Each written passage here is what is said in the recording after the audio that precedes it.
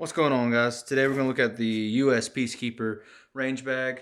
I was in the market for a new range bag. My Smith & Wesson range bag was falling apart on me, and I reached out to this company because they had pretty good prices and a good array of competition gear. Just asking them, hey, would you mind sending something out? Let me review it and send it back to you. Just kind of see if it's what I wanted.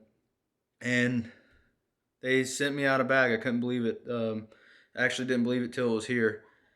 But with that being said, you're looking at the competitor series of their range bag, and this thing is massive. It looks to be well built. The zippers are strong. As you can see, it has metal clasp, and these things, little clasp that hold it together, they are tensioned very well. And as you can tell, everything is metal.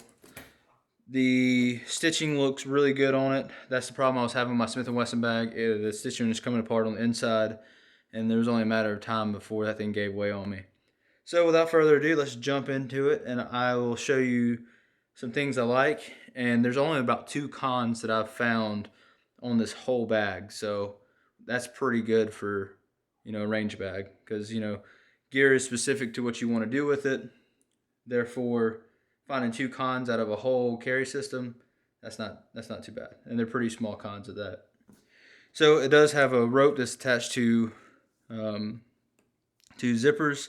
They look like they are like riveted in. You just pull it, attach it, and boom. What you will see is 2 cool things. The pistol is actually in the pocket over in the side, and that is in my Safariland with a QLS holster, holster clip, and Safariland holster. This is my competition gun. Just for the video's sake, it is unloaded, but that is awesome. It fits over here. Has 2 side pockets. It has a side pocket on this side and another side pocket on this side, so you can actually, put the gun on either side pocket if you wish. Probably one of the coolest features of the whole bag is this center part. If you notice, the center part has 2 handles. You can just pull the 2 handles out and check that out. Now, when you go to the range, so as you can see, I have all my ammo and I have my eyes and my ears. So if I just want to go shoot and don't feel like taking that massive bag, or if I just want to walk this up a little further on the range, everything I need to shoot is ready to go right there. I got my eyes. I got 9mm 223 ammo. That's all the ammo that I shoot. I don't have any other calibers other than that. Well, other than a 22 long rifle, but I'm not taking it to the range too often. Got my ears, and it holds 6 loaded magazines. As you can imagine, this does get pretty heavy. The dividers are Velcro. You move them where you want. It took less than 10 seconds for me to move the Velcro where I wanted it. The stitching, as you can see, it's stitched a very large portion of the bag, so therefore it appears like it can hold up some weight. There's no ripping, there's no tearing, there's no popping. So that's something you want to see when you're, especially putting, pounds and pounds worth of ammo in it. So you got it loaded up, ready to head out. Simply just drops back down in there, closes back up. So already off to a great start. The outside pockets are pretty squared away too. If you notice, there's large outside pockets,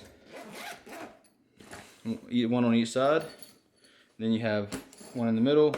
Then you have another large pocket over here, which we will get into in a second. That one's kind of a specialty pocket. So on this side, you can see I left it empty. When I go to these matches, I'm taking the slings off my ARs. So with that being said, I want somewhere to put my sling. I like dedicated pockets for dedicated things. So my sling will go in there, or anything else, like maybe my cell phone, my wallet. It's a dedicated, very large pocket. Just to show you, I'll start throwing things in here, like a cell phone. Throws in there just fine. Got some keys, throw them in there just fine. Got a large smart water. Well, it'll fit. Well, might have to do a little stretching on that guy. Oh, actually fit. Shows you how large that pocket actually is. And it is a double zipper pocket. So just to show you what was all fitting in there, we'll stack it to the side. pretty impressive for just a, just an open pocket. So let me get all this stuff off the table. All right, and on the opposite side, you will see I have my battery pack. This is a Thyron battery pack. I have a baggie full of foam earplugs. I like to double up, especially when we're going into like indoor ranges. People are shooting comps. Comps get loud, and you only get to preserve your hearing. You only get one set of ears, unless you want to pay a lot of money for some hearing aids. Then I have a little baggie just with a Allen key for my holster and a Holosun tool for the red dot. That just fits over in here, which brings me to my first con. We haven't got through all the pockets, but I am going to kind of spool it. If this bag had smaller individual pockets for stuff like this, that would be awesome. Maybe like a 2-inch by 3-inch, just a zipper pocket so I can throw my foam earplugs down in it, and maybe, another, 3-inch by 3-inch pocket so I can put literally just some tools down in to make the organization better. Because if you're not organized, you're going to lose stuff, and the last thing you want to do is get to a place and the only tool that's going to correct your sight is going to be that little flathead right there. So with that being said, when I want that little flathead to adjust my dot over, I need to find that flathead. Last thing you want to do is know your sight's off, and that's throwing you off for the whole day. Alright, so we'll get to the back pocket. So, back pocket is where I keep my case for my Insta360. This is my hat cam. I actually have it off and it's charging right now. So as you can see, this little case does have spots for all the included accessories to go. Extra screen protectors, the little base and everything. Pretty cool box. I'm gonna do a review on this. I got it off Amazon. It was like $23. Can't beat it. And this pocket's so large that it swallows that box whole, and I can zip it up and act like nothing's in there. It does have a little, I would call this like an admin pocket, maybe for some targets or some paper, or nothing sharp, because that is a thin piece of material. Last thing you want to do is poke holes through the side of it. But for what it is, I think I can find uses for it, especially when if you print out the stage plans before you go to the match. That's a perfect place to throw it, and then when you're ready to go, look at the stage, walk through the stage, you can pull it out and have the paper copy in this. I think that's what would be a phenomenal place for that. The strap is actually pretty nice. It's a padded strap, and it has like a synthetic, like leather on top of it. That just shows that they're actually taking some quality into the mix and adding something to the bag. It does have box stitching on there, so therefore when you put 60, 70 pounds on it, it's not going to pull loose.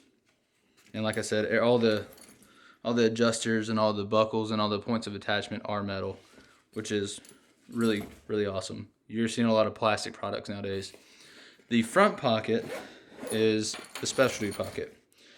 As you can see, what the front pocket is, it has spots for 8 magazines. So you can see 1, 2, 3, 4, 5, 6 magazines. These are Glock 17 magazines. They sit in there pretty nicely. And then you see I have 2 empty chamber indicators just for the matches that require it. At basically all the matches are going to require you to have at least one in your AR rifle. This brings me to my second con.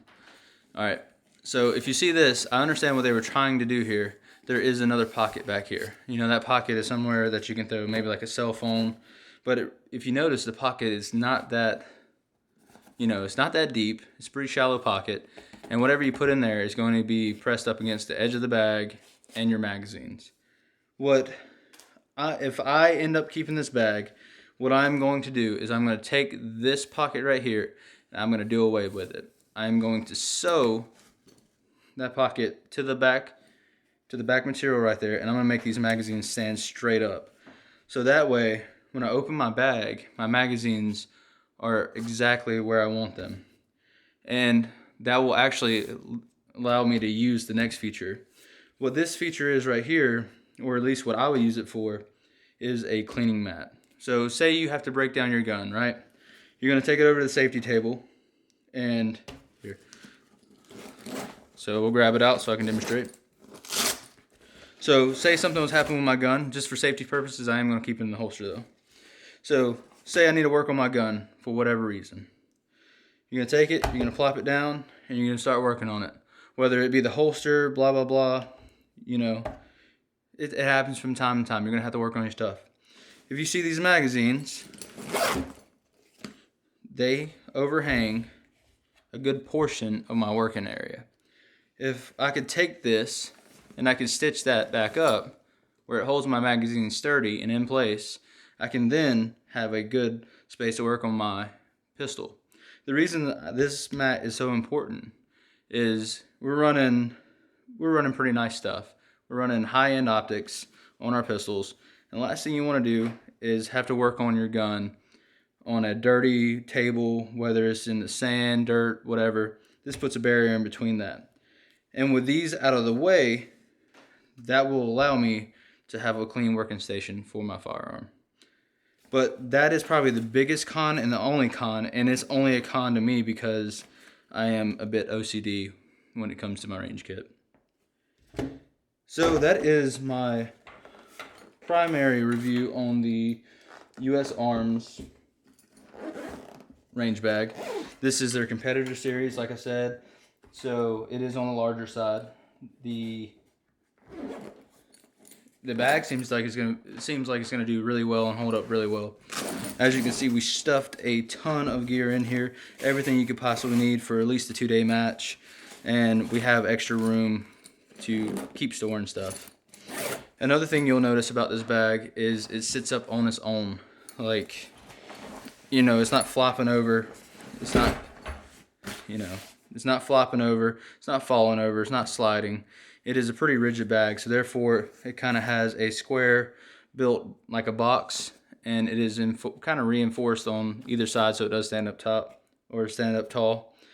The bottom of the bag does have these little feet. The feet do allow the bag to stand off the ground and kind of grip in, so you're not having to worry about if you set this thing in mud, that is going to absorb. It is like a 600 denier nylon, so therefore it's not, I wouldn't say it's waterproof, but it definitely is a good level of water resistance. So all in all, for what you're getting on this bag is pretty nice. So let's break down the price. Everybody wants to know the price. The price on this bag will end up being about $80 once you get it shipped, and that's about $40 cheaper than the 511 gear bag. With that being said, I think it's just as good and will get just as much wear and tear out of this bag as you would a 511. But we'll see. I'll keep you updated. I'll try to do another review after I run it a couple matches, and we'll see if anything changes on my outlook. Y'all have a great day. Thank y'all for joining me. Hopefully y'all learned something new or saw a new piece of gear. I'm gonna give it a run. See y'all.